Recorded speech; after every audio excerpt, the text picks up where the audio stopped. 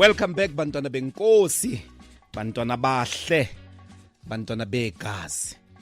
This is Power Talk on Power 987. I've got in studio the General Secretary of the South African Communist Party, Ndlozi Mapaila. Welcome to Power Talk, and thanks very much for creating time. We've been trying to get a proper coordination of the schedule, but finally you've made it. No, thank you very much, Dr. Ndlozi, and to the listeners of Power FM. The South African Communist Party, if you could, for this sort of orientation, the many people, when they think in their minds, particularly the ones who grew from, let's say, 2000, the year 2000, think of the ANC, the SACP as a single unit. And this is by historical design. What is this alliance based on? What was the investment of the party in the alliance? Firstly, thank you very much for this question, fundamental one. Essentially, the party is established 1921. But before 1921, there's an institution called the International Socialist League, which was established in 1914.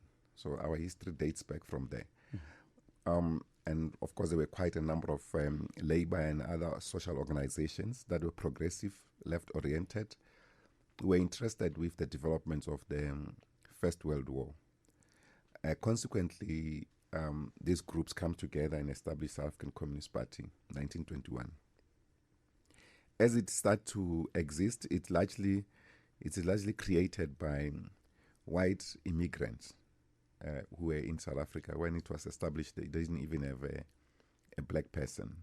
But by 1924, we start having several black people joining and even assuming leadership role, Nzola, Tibedi, and so forth.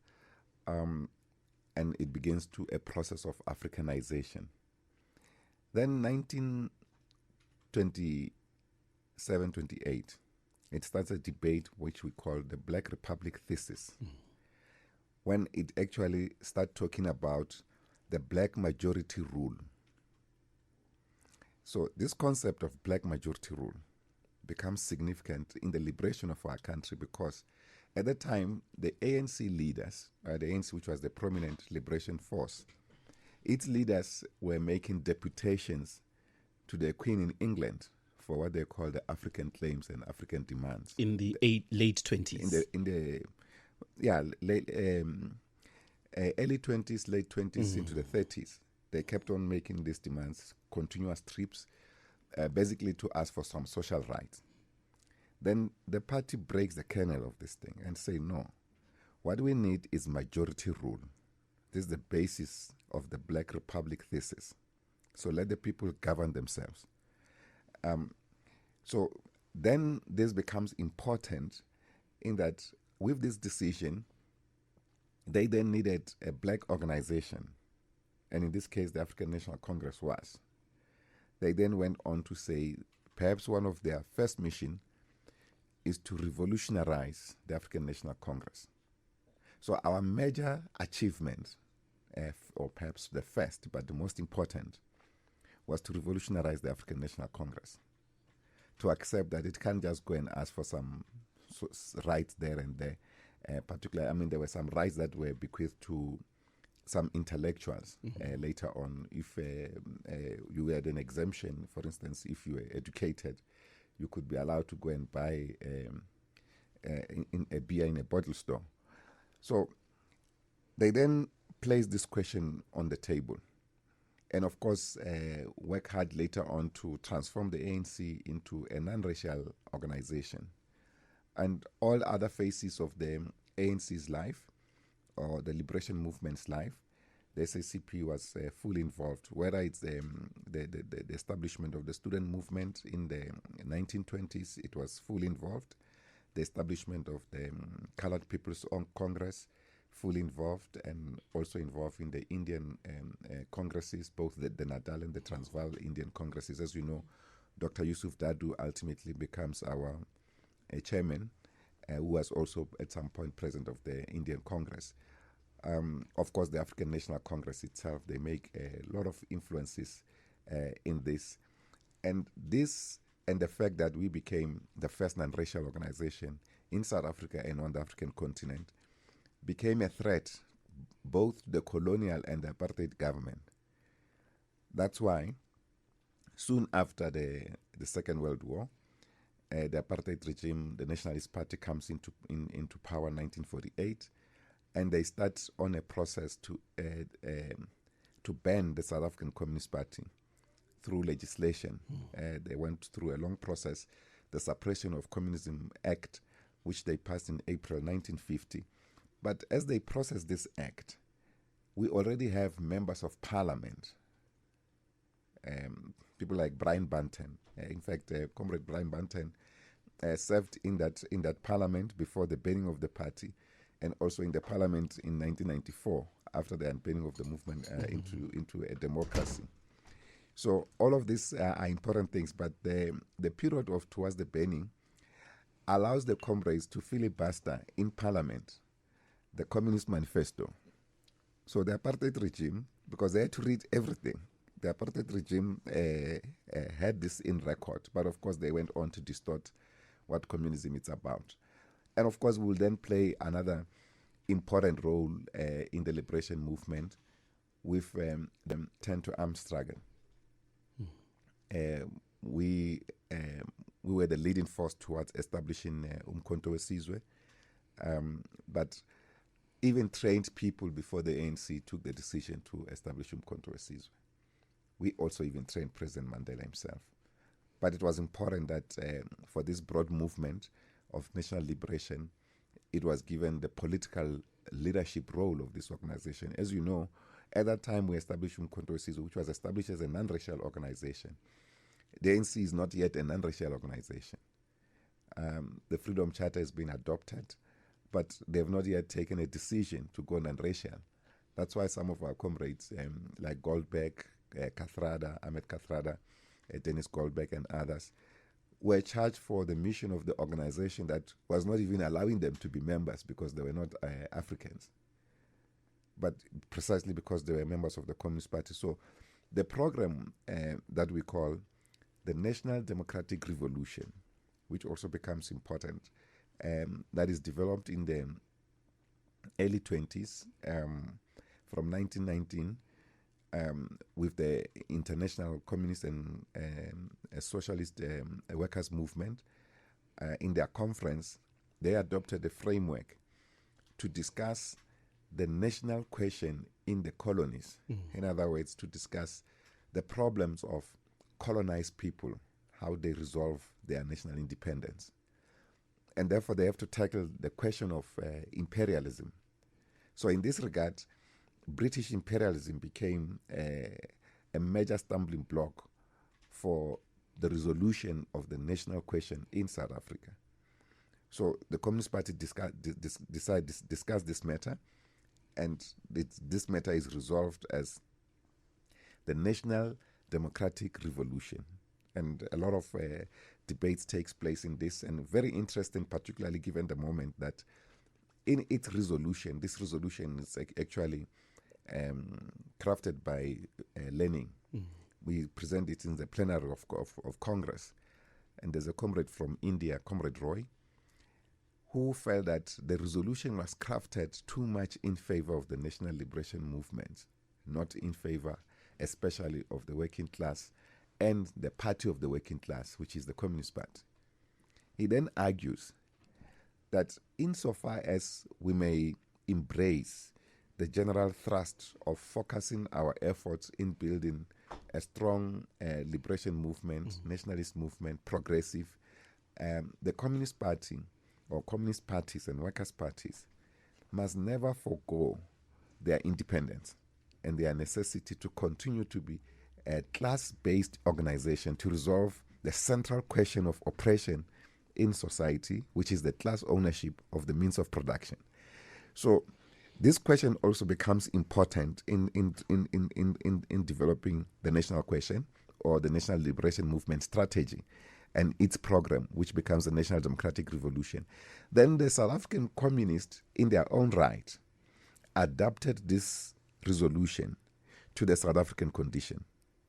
And in the South African condition, they then characterize it as a program to resolve three interrelated problems and contradictions.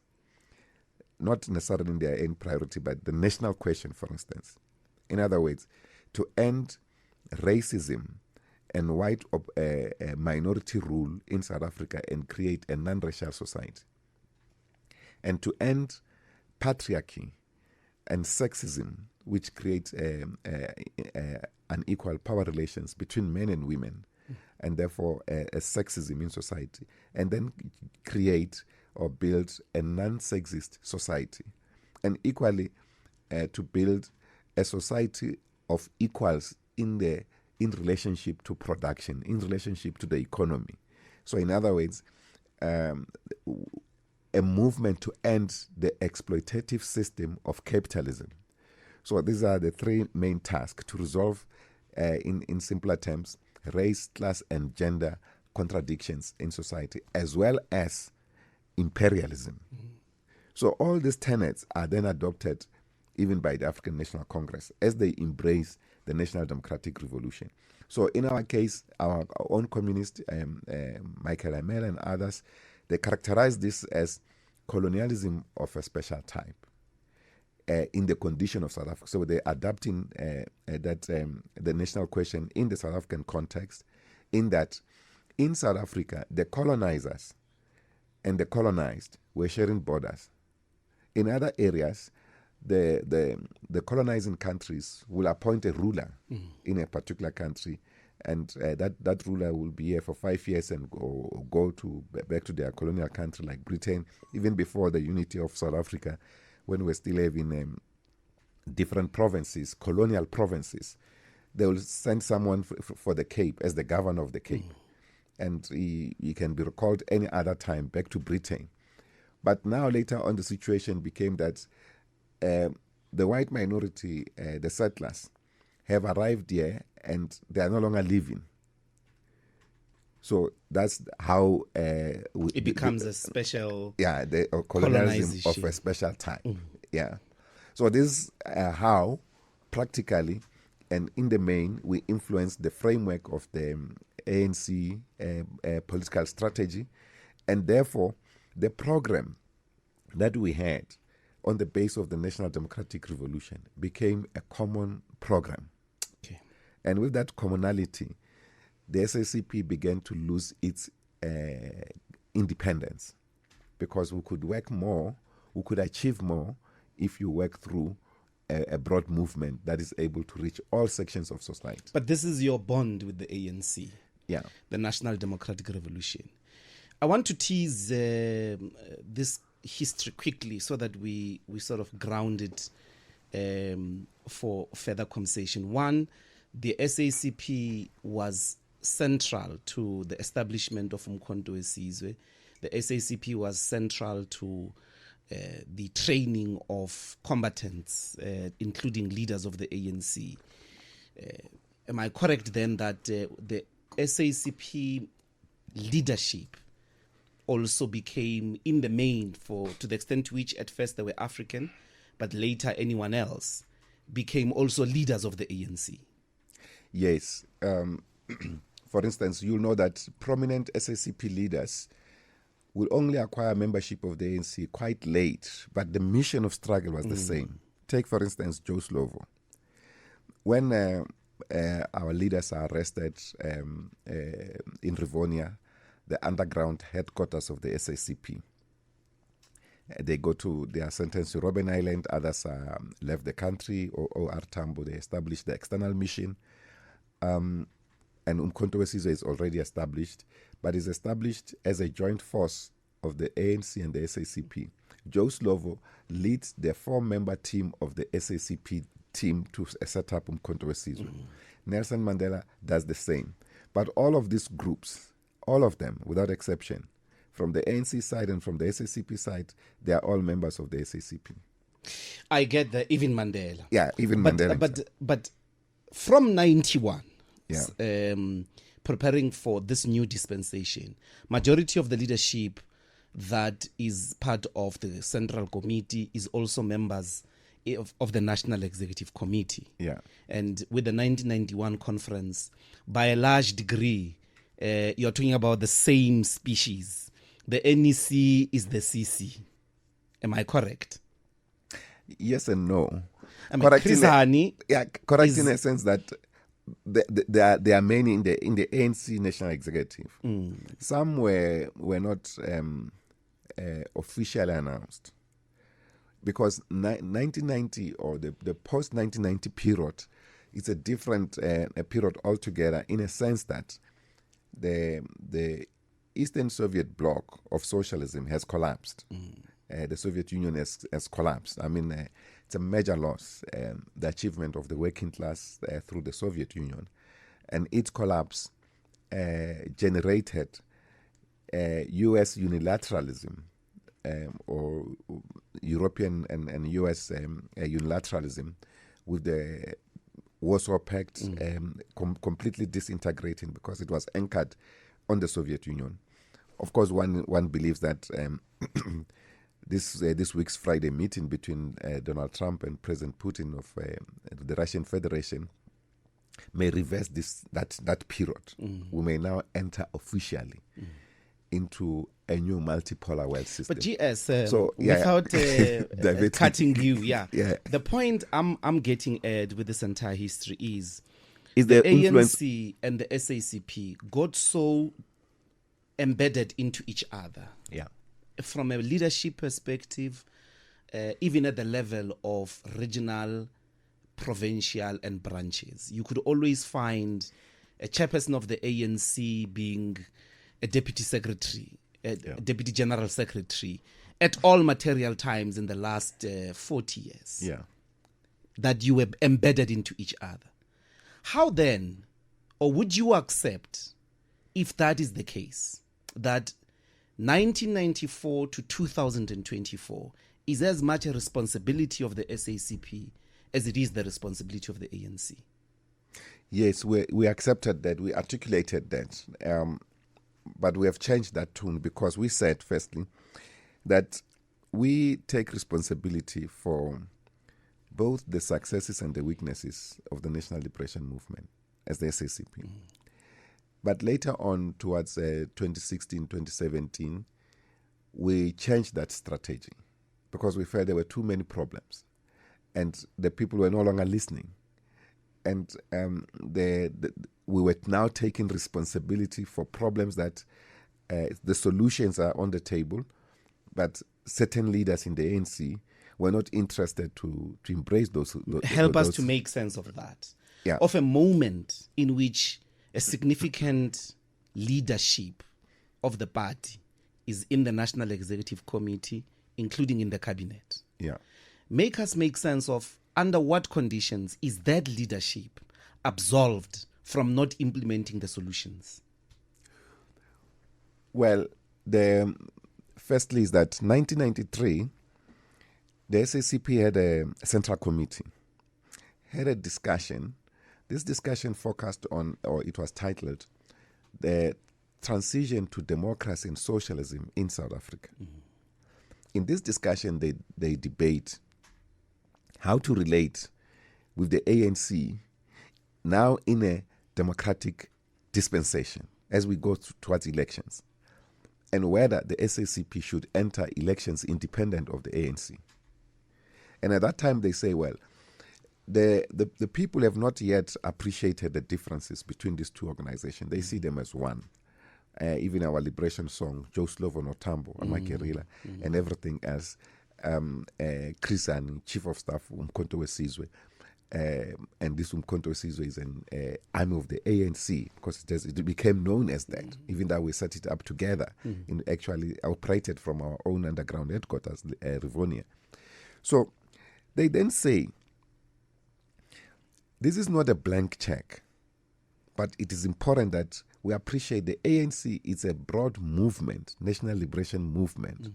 We are a communist party, a vanguard party of the working class. We can vanguard, even if you like, the broad movement. But GS, the people who are meeting in 1993 I'm coming there, Ndlozi. are also the majority in the NEC. No, they are not the majority. Well, they are in the NEC. Yeah, they are influential. Of the ANC. They are influential, but they are not the majority. Okay. It's What they then safe did- to say Yeah. a significant section of them. Yeah, I want to give you the sense of the primary compromise that they make in order to accommodate and to continue to play a role of influence in the national liberation movement. They say, we will not be autonomous in the electoral platform as the SACP, provided the national liberation movement keep it together and is not captured by a liberal project.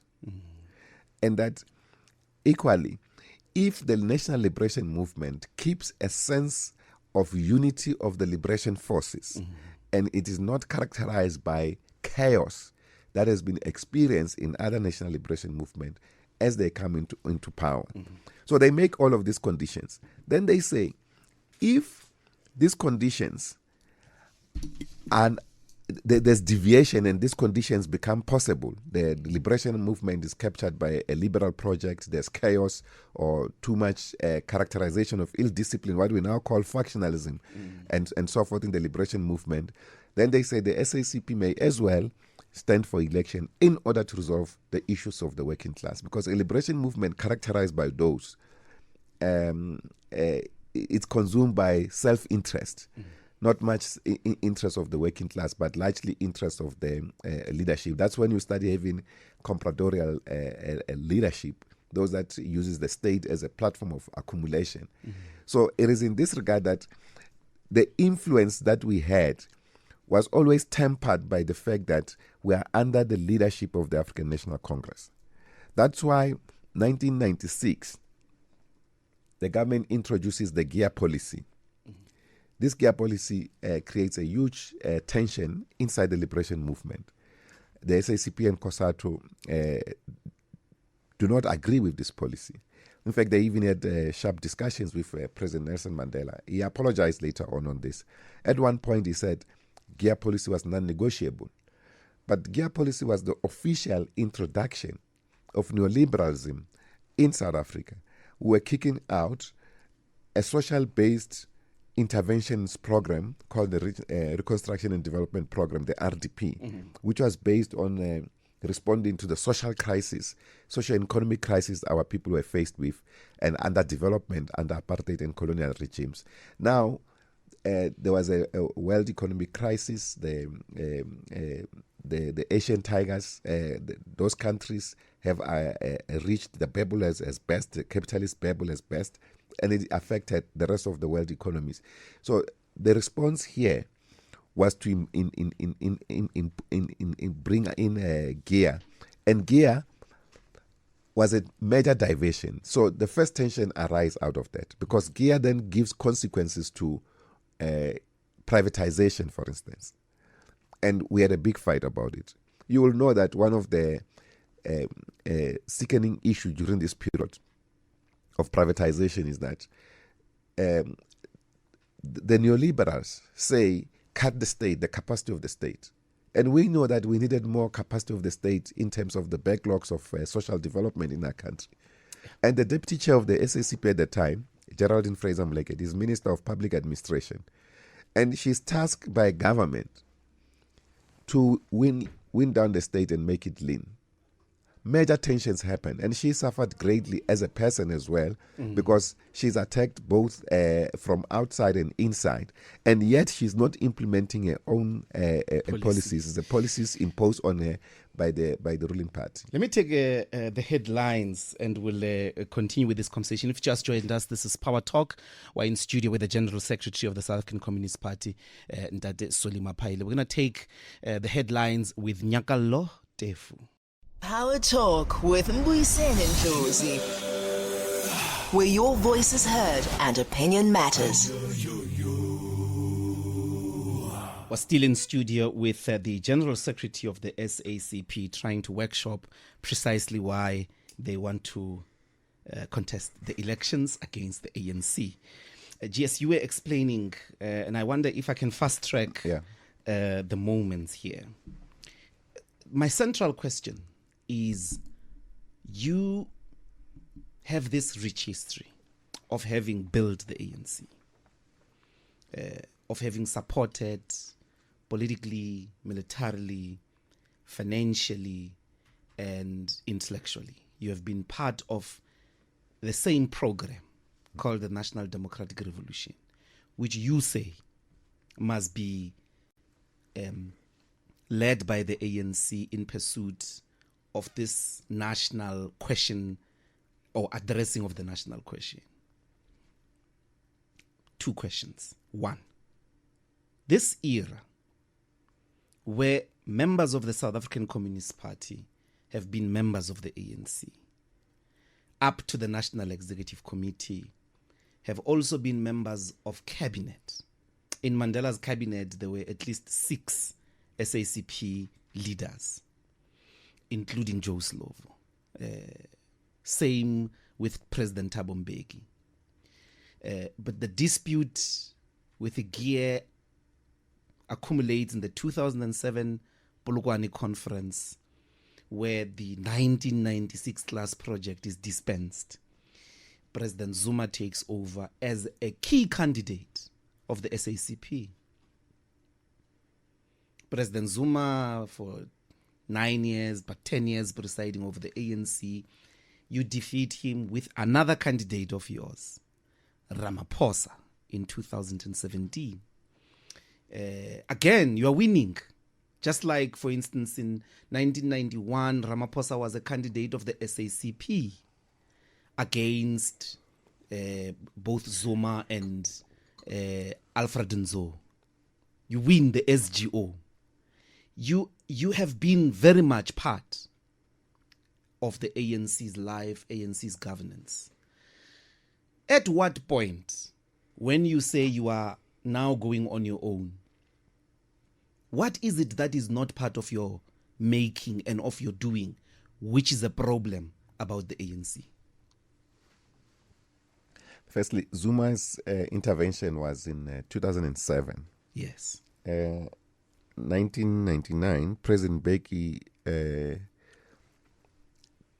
becomes president of the ANC after winning the Mafikeng conference. 97. 97. Yeah. So Zuma comes in 10 years later. 2007. Yeah, I'm Polokwane. saying this period. Yeah. That anar felele jawbolela. Na really good class 1996 class project. Yeah. You defeated it in 2007 because the campaign on JZ was a campaign around anti-neoliberal agenda. Yeah. And JZ representing a candidate of the party. Of the left. But the party, it was the SACP supported sat by in the a party. room. But SACP sat in a room and said, we must support JZ. Yeah. Alapalla, we agree. But again, Ramaphosa was your candidate in 2017. So. Ndlozi, okay. But my question is a much more concrete one if we leave the personalities. Yes, yeah. What problems that the ANC has caused are not also problems of the SACP? We did not agree to the neoliberal project. As you know, the neoliberal project will then undo the mission of the state. And when we fight for elections, we fight for the control of political power to use the instrument of the state as a developmental platform of our society. Yeah.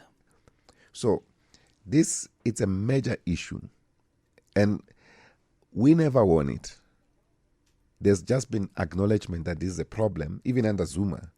I mean, at the core of 1996 interventions with gear and so forth, the debate was to change the macroeconomic strategy. In this macroeconomic strategy, 3 critical elements. One is the fiscal policy. That is the finance policy, how to budget, how to use budget as a developmental tool for society. Then is the monetary policy. the policy of money, how money is used for development. How do we exercise and use the money that we generate through the Reserve Bank? Because we are a sovereign state, we create our own money. We've got South African rand. How does the rand enter the developmental trajectory, attack job losses or create jobs and participate in the developmental trajectory of the country, rather than be a symbolic tool used largely for this inflation targeting, which continues to create a problem even today as a third key element. So how come into you that. win on candidates and lose on policy? Yes, all of them. Part of the thing is that they speak about the reaction of capital. And capital has been quite arrogant, and its reaction has been quite agile and more arrogant. For instance, the initial part when President Mbeki was in charge, and he tried some transformational ideas, the rand tanked.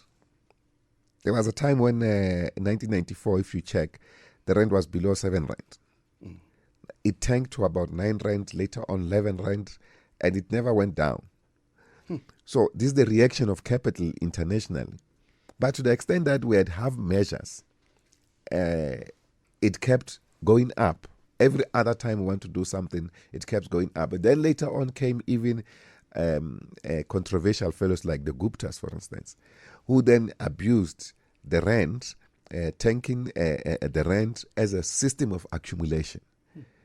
So they will make a pronouncement of certain things because they want to raise money to go and make a deal, and the rand tanks or it appreciates.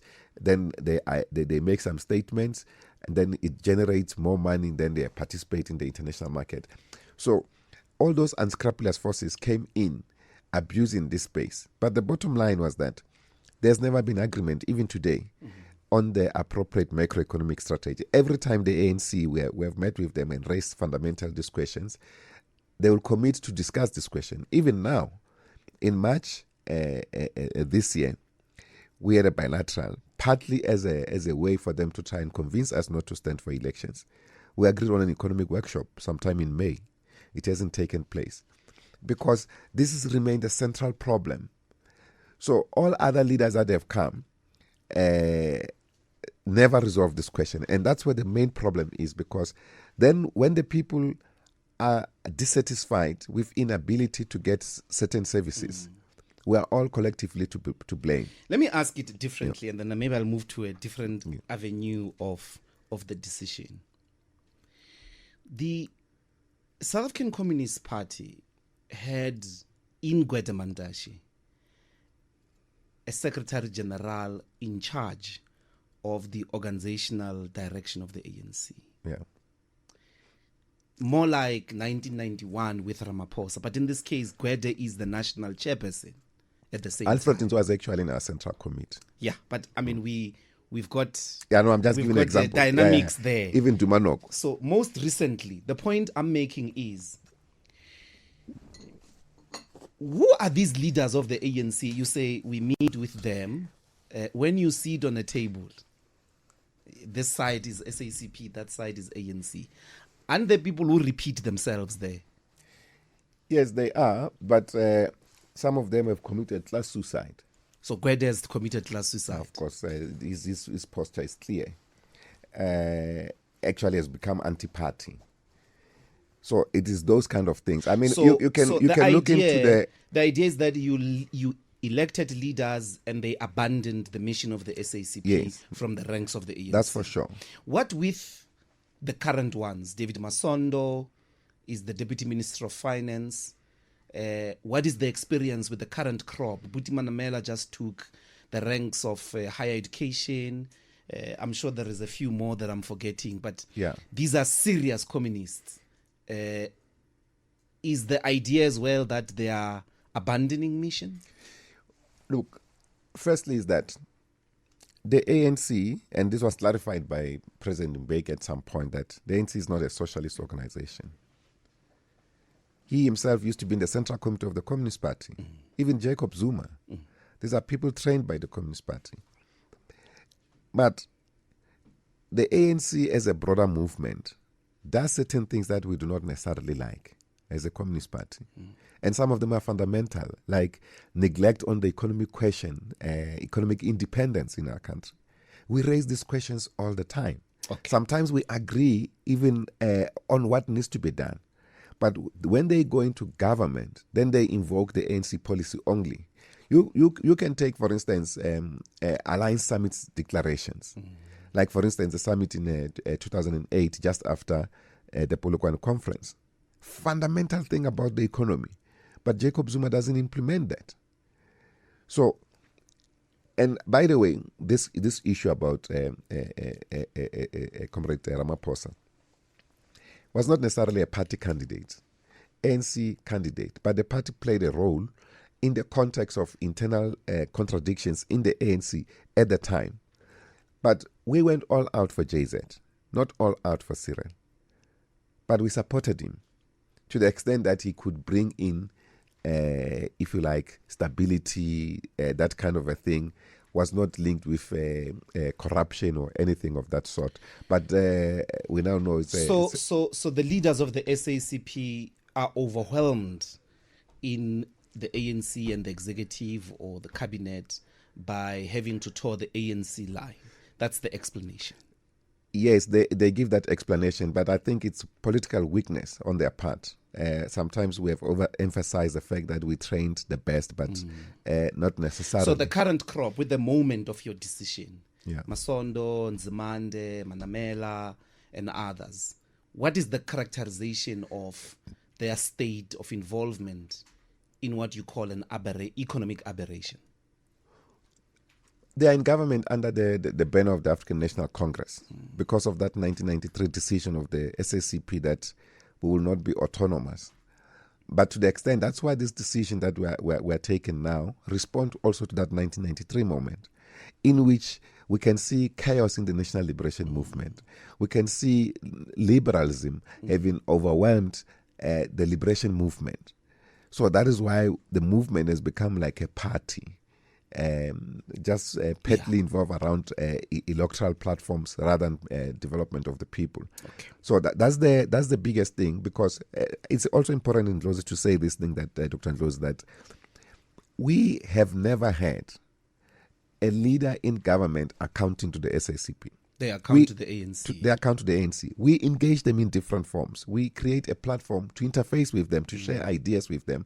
Not only those who are our members, even others who are not members of the Communist Party, ministers, we can invite them to our meetings and have criticism, engage with them, that kind of a thing. Blade comes to the Central Committee. Yes. When you try to hold him accountable, he says, I'm accountable to the ANC. That's what essentially he won't say that. He won't say that. We will say to him, we will prefer that you do it in this way. To the extent of his ability, he can. But he still had the final mandate is with the ANC. I see. Only once we asked JZ to give us one ministry to run independent within the movement as a ministry that can be accountable to the Communist Party. SACP, yeah. And he said no.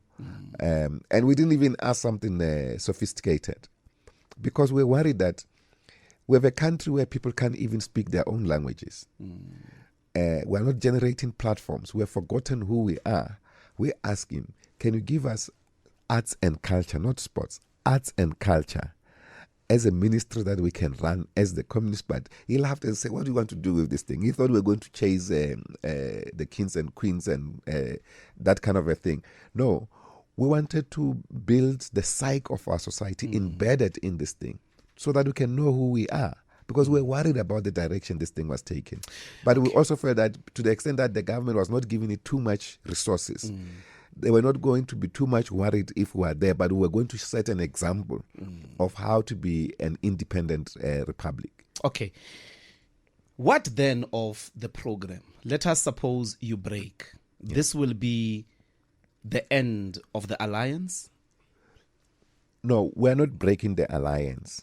We are asserting our independence as a party. But you're staying in the alliance? Yes, we're staying in the alliance to the extent that other partners also want us to stay with them. Okay. So the issue is that we are part of the alliance, but we're an independent organization. But the alliance is an alliance of interdependent organizations. When the alliance we reinforce ends, each other's strength.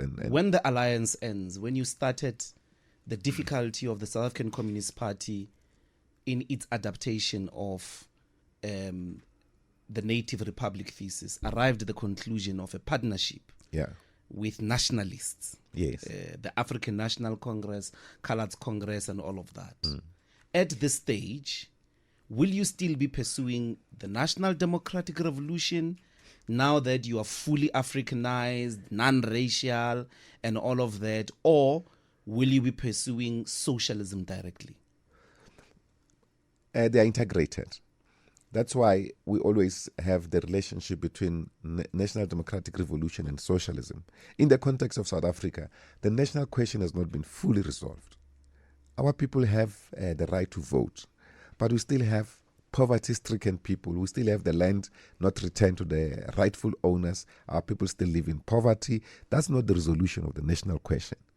So we will still have to deal with the resolution of the national question, the affirmation of all rights of our people, particularly the African people or the black people in general, as we would like to say, but Africans particularly, who have been the most brutalized over centuries, so that even the generations that comes of African people can feel a sense of independence. You see here, this section, still a white privilege. You need to be an affluent black to stay where we are in the studios. So we have not yet integrated and built a non-racial South Africa, which also remains a mission of the national liberation struggle. So to that extent, there will always be an interface. Our program will still be, will interface.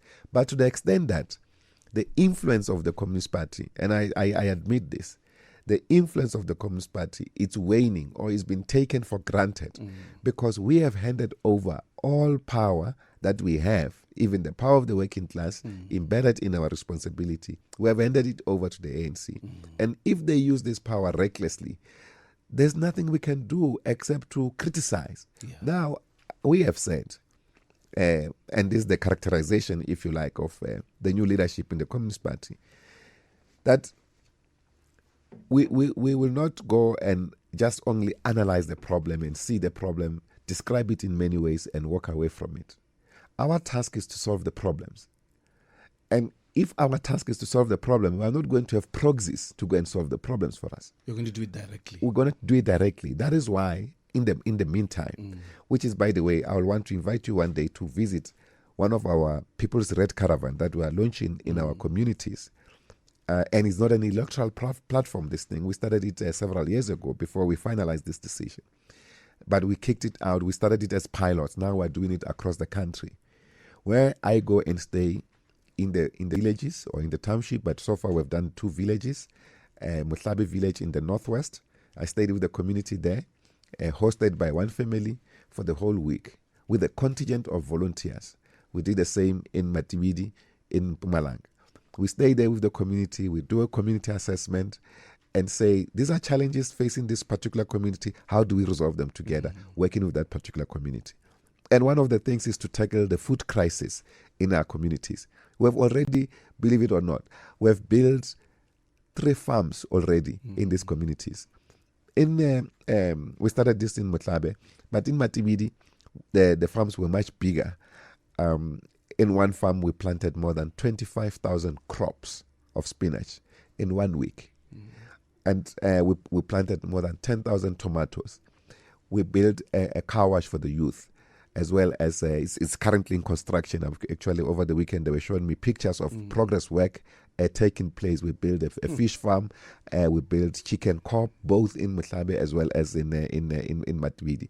So we are tackling unemployment from household system. So it's household-based employment creation, household-based food production. We help communities to prepare and plow in their own yards. But GS... So these are practical things, but even at the general strategic level, it will be the same. I'm going to try probe them before we move from the ANC. The final worry some might have is your abandonment of the ANC lies with the fact that it is now at 40%. The reason you are leaving them is that they are at their weakest point. No. And even when you contested in Metsimahulu in 2017, it was because the ANC had already lost majority of the metros, some of the key municipalities. And yet, this ANC that you are departing from, electorally, is in that position, largely because of some of the contribution of your communists that you say abandoned the mission. No. Why leave the ANC when it's at 40%, when it's such an important heritage of the communist contribution in South Africa? We are not leaving the ANC. So you will still all hold membership of the ANC, yes, but contest against it? Yes, we are not leaving the ANC. First, understand that we are an independent organization. The alliance is made of independent organizations. The ANC leadership is perpetuating this lie. And it irritates me because they know it's untruthful that we are abandoning the ANC. We are not abandoning the ANC. We are exercising our independence. In any case, this should have long happened. You know, we've had this discussion about the reconfiguration of the alliance for 25 years. If the ANC had accepted this question of reconfiguration, we should not be where we are. At the core of this reconfiguration was the collective exercise on the prosecution of the National Democratic Revolution, in other words, of the transformational agenda in our country. They want to be the sole one responsible for this task, and we take responsibility for its weaknesses, which is what we have done over the years. Now, we feel that we've reached a point where the entire revolution, the National Democratic Revolution, is being threatened by this misconduct of the African National Congress. That is why, for instance, in part of these discussions that we have had, the 2019, the alliance agreed on a common document for reconfiguration of the alliance. There's agreement on this. But the ANC refuses to implement. Now, because at the core of it is this question of consensus-seeking solutions within the framework of the alliance. If we agree, all of us, on this thing must be implemented. And they've not been implementing what we have agreed. So now, 2023 July, they come to us with a document that seeks to give us what we call quotas, positions. Now, we rejected the question of positions because the reconfiguration of the alliance is not about positions. It's about refocusing the mission of the movement. So it is in this regard that we are not abandoning the ANC. In fact, we will be strengthening the National Liberation Forces, including the ANC, in this regard. Okay. That's the GS of the SACP, Ndlozi Mapaila. If you want to join this conversation, 0861987000. We're going to take the news and hopefully conclude with the prospects of the SACP running on their own. I'm going to tease the GS with questions around the membership base of the SACP, its branches, and its relationship with trade unions. Can they do better, maybe than Mkondo, I don't know, than COPE, than the EFF, in challenging the boomerang called the ANC? It's 1100 hours. It's time for the news with Nyaka Lotef. Welcome back, Bantwana Benkos.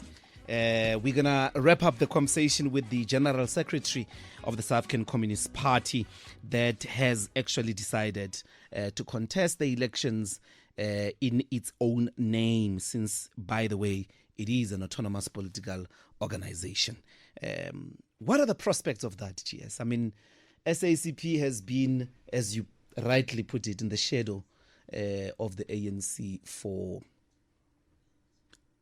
more than half a century.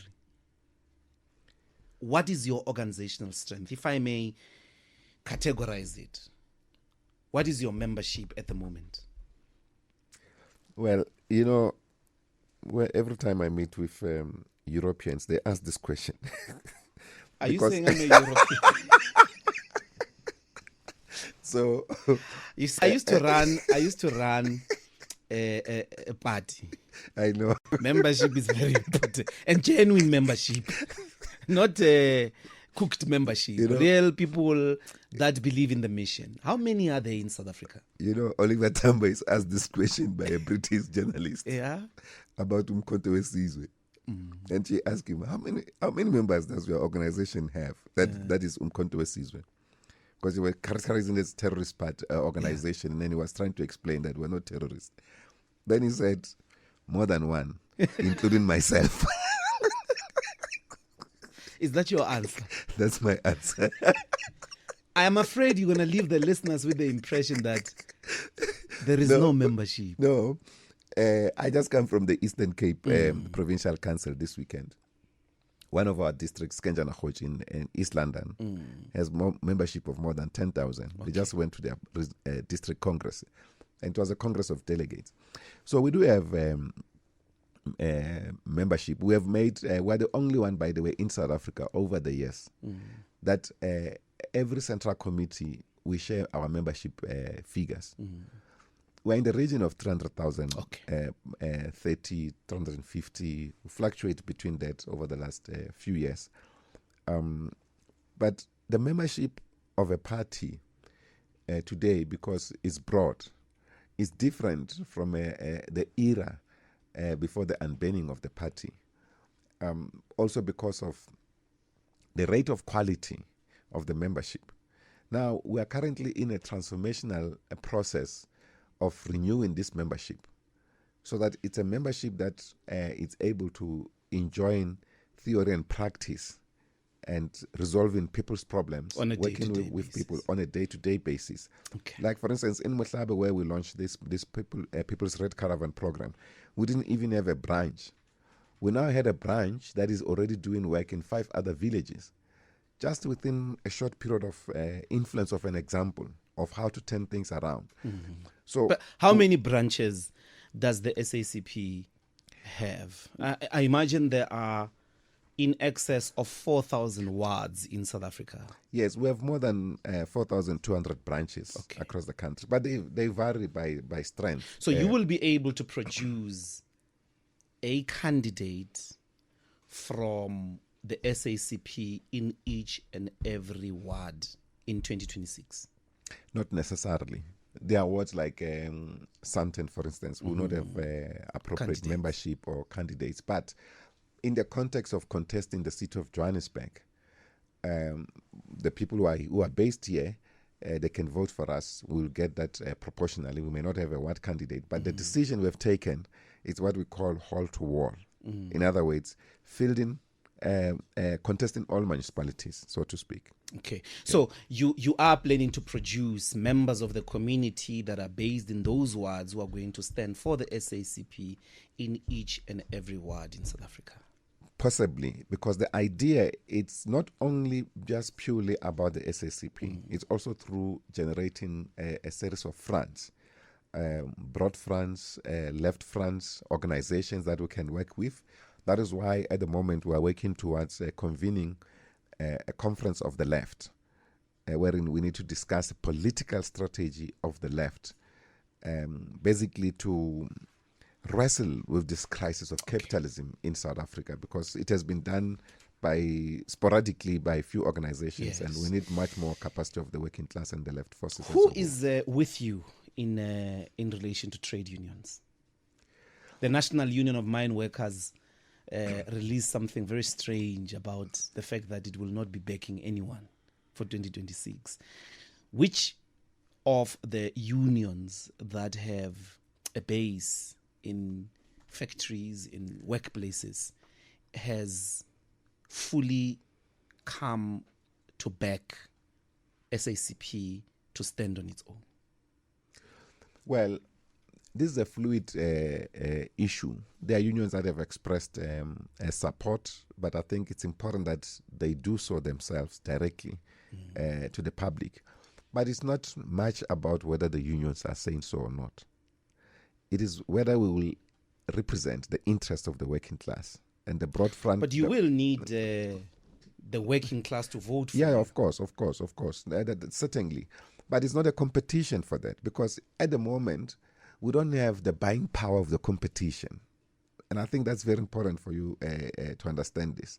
We are entering this space not backed by any capitalist forces. We're just on our own. You could be backed by a union which has some base. Yeah. The unions will have. That's why we've spoken to the unions. A few years ago at the last COSATU Congress, this matter nearly divided the workers. They had to vote this matter to support the SACP in elections. And the issue of voting was kind of unusual on a policy matter, because normally they will persuade each other, but they were forced to vote. And after voting, this matter was taken to court. We came in as the Communist Party and said, no, it's not our intention to divide the working class or the unions. We want individual members to exercise their political and ideological consciousness, class positions, to identify themselves with the ideas that we are presenting to resolve the socio-economic crisis of the people of our country, the working class. So on that basis, they will make a choice. To the extent that there are limitations about how to effectively transform society through the proxy of the African National Congress in government, wherein we have handed over all power, all of us going back to the ANC leaders to implement what we have agreed they should implement, the including ANC what is in their own manifesto. Is going to an NGC. Yeah. And this is my final question. The SACP has, in my little history knowledge, always worked on swelling the ranks of the ANC. And in a way, you said earlier, that has resulted into miscarriages. Leadership, like you said, Gwede, becoming anti-party, but also committing class suicide. Others feeling completely overwhelmed that they are there, but they have to work for the ANC and not the party. Are you, in this sense, declaring that the strategy to swell the ranks of the ANC and implement whatever policies through the ANC has reached its historic cul-de-sac? Not entirely.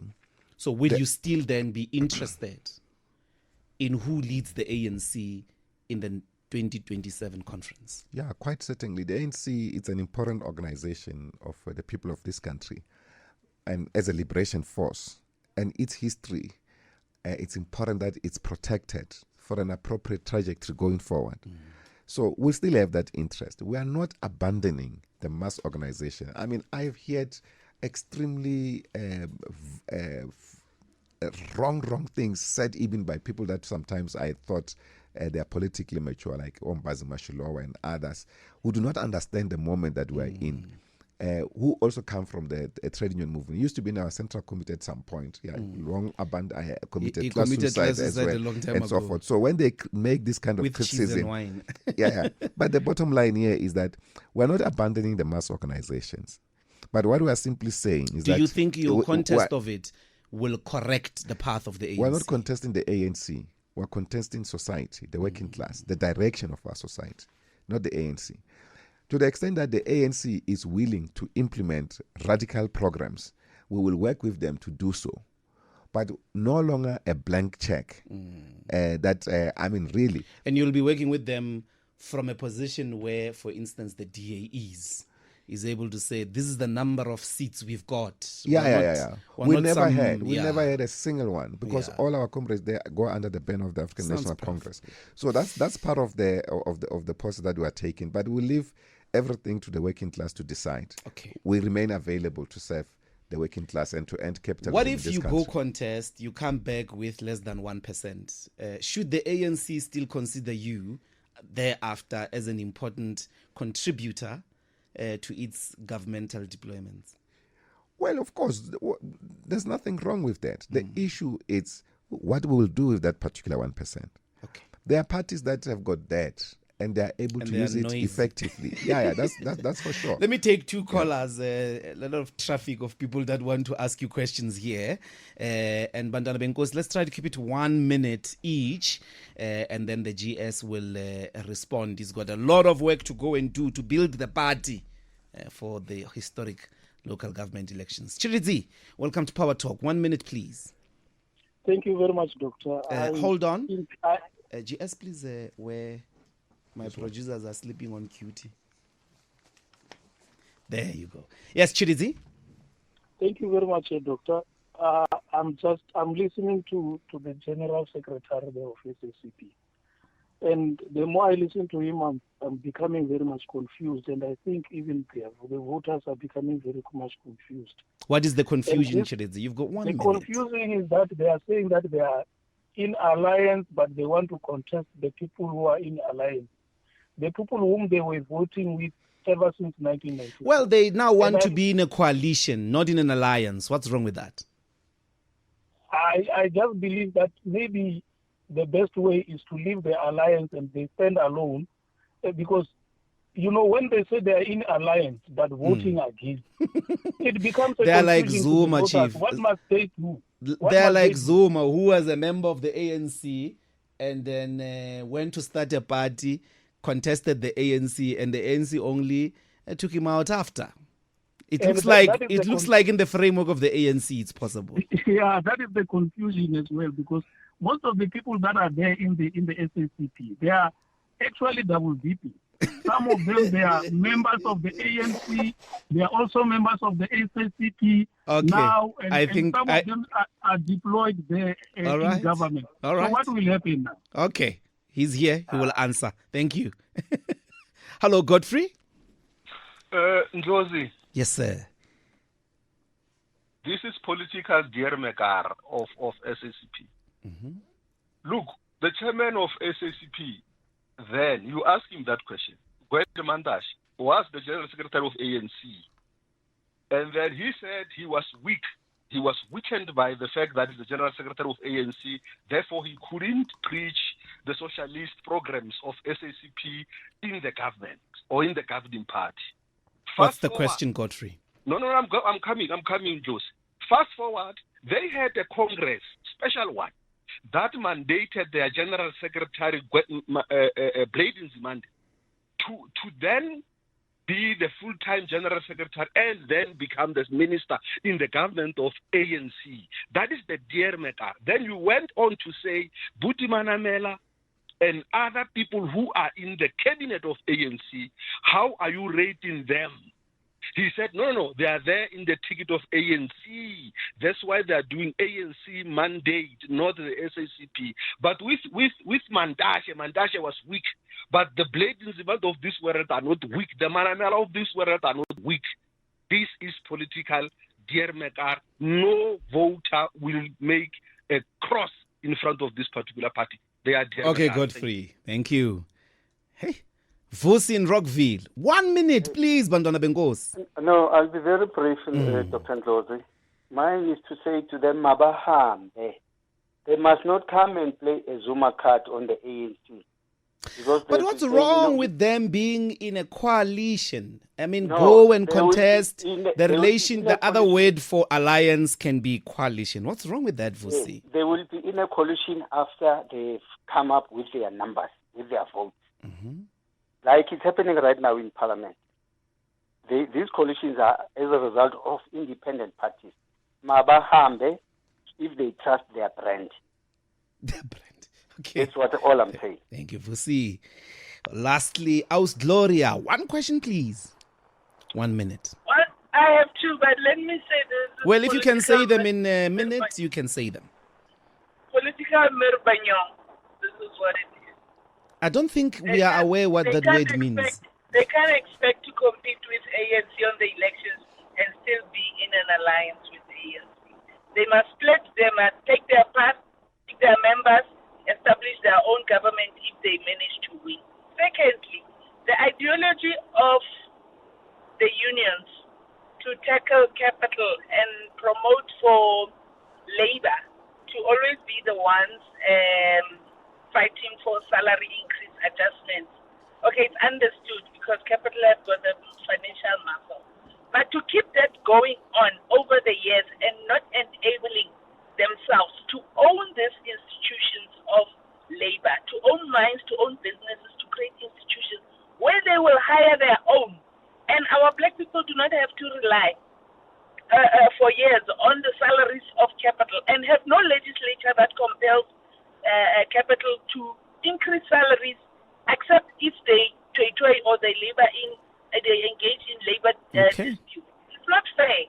I think they must really look at that and push to dominate the space of capital and always have capital as if it's a standing institution that will always be there. It must be challenged and it must be dominated our own African people. Okay, Gloria, thank you so much. That's Gloria Kopitoru. Or why don't you take over the factories? If you've just joined us, this is Power Talk, Bantwana Benkosi, with me, Mbuyiseni Ndlozi. On Power 987, we're with the General Secretary of the South African Communist Party, Ntate Soli Mapaila. 7 minutes? I don't know if it's fair to respond to all those questions. No, that's enough. Some of them are comments, really. Yeah, no. I mean, firstly, multiple bases. One is this issue of the alliance that is still confusing. It was even confusing the ANC leadership itself, because the alliance was also cemented firstly on the joint program, but also on the sharing of cadres, what we call dual membership. And over the last few weeks, the ANC has been expelling party members in its own meetings, which was a crisis. And they were generating internal crisis because they have lacked understanding of this notion of deep dual membership. They think that dual membership is the SACP joining the ANC, or SACP members joining the ANC. One may always say that they are communists in the ANC, but they are not necessarily communists in the SACP. I mean, ANC in the SACP. But there's also an interrelation to that extent on the basis of this duality, because others that side do not belong this side, but majority side belong that side. So it's an issue that is confusing. But I'm glad that the ANC NEC last week was able to come to this question, reaffirm this question of duality of membership, that this still allowed in the context of the African National Congress. So it's one issue that cements our alliance, by the way, this question of dual membership. At the same time, the question of deployment, we have never exercised deployment as the Communist Party. We have left this to the ANC. And I think it's neither here nor there of this confusion of some of the people that are trying to make it, because an impression created is that we have a say in who you were never consulted about cabinet. We do, but when consultation is something else, there are many things that we do not agree. You don't say to Cyril, we think the following communists must be in your cabinet. We do. And Zuma as well. Yes, we do. But it is not always the case. That's the point. The point is that even if we say this one must go, when they are there in the ANC or in government, they account to the ANC. Not that they are defying us. They account to the ANC. The ANC takes its own policies, its own manifesto, and say, follow this. But the areas where, for instance, we would have loved them to implement certain areas of the manifesto, they are not. We're not having the deployment. For instance, if you take the recent the manifesto that elected President Ramaphosa, we're talking about prescribed assets. In other words, directing capital to invest in underdeveloped communities in our country. And particularly during COVID, we said let's invest in areas of health, water, and sanitation, in the villages, in the townships, poor communities of South Africa, because these were major requirements. It was not done, but because the ANC did not take such kind of decision, despite that it's in the manifesto, we fought for it to be in the manifesto. So the deployment issue is bandied about as if we are not about deployment. I was just indicating to you that last year in 2023, when we were debating their new document on the renewal of the movement, they said, no, let's have quotas for the alliance. We said, no, we're not here for quotas. We're not here for positions. And those who still believe that we're here for positions, it's their own baby. They must deal with that. It's not for us. Particularly myself as the leader of the Communist Party, I'm not interested in that. I said so at our own Congress that I'm not going to accept to go into government, to take a position in government. I want to lead the Communist Party as per mandate. So there's also this grouping, we call it the Mabahabek Brigade in the ANC, like one of these speakers here, who believe that communists are occupying important positions, and when they leave, it clears a process of accumulation for them. So be it. But we don't worry about that. The issue is that these contradictions will resolve themselves. the major contradictions that we test ourselves is the living condition of our people. That determines the relationship of the alliance. It's not about whether Soli is being given a position or not given a position. And if another member of the Communist Party is given a position, he must be howled and condemned, not accept this position, even when they are members of the ANC in their own right. Take, for instance, this appointment of Buti. We congratulated him. He's deserving of that position. His peers in the ANC, that is surpassed even ideologically and by understanding of the National Democratic Revolution, came and became deputy ministers, and so forth. He was always overlooked. And they didn't say he's overlooked. He's been overlooked because he's a member of the Communist Party, irrespective of his capacity. So those things happen. But I think the issue is what Gloria raises around the working class asserting itself. And this has been a bigger problem in this country. We cannot have a situation where a society allows an unelected corporate to dominate the trajectory of development in that particular country, like what capital does in this country. In fact, the biggest weakness of our liberation victory is that we have not tempered enough, let alone change, but just to temper enough with the arrangement of capital in this country, structurally. That is why the Oppenheimers, the Rupert, and everything else, they continue to occupy this position that they occupy in our society, and on worsening it with privatization of some of the assets of the state, which should have been used for the development of our society. But the task of the liberation of the working class, it's a task of the working class itself. So we will have to organize the working class. That's where our mandate is. We are focusing on that mandate. We're not established to build another organization. We're established to build socialism in this country. And that's our task. Okay. That's the GS of the South African Communist Party. Thanks very much for creating time. Thank you speak for to the us invite. here on Power Talk, and I'm very happy that you overstayed as well. Thanks for that, Grace, and we wish you the best. Certainly, I do. I think maybe after 30 years, somebody needs to try something new. You can't keep doing the same thing and expecting the same results. So good luck to the communists. Thank you very much, Dr. Ndlozi, for inviting me.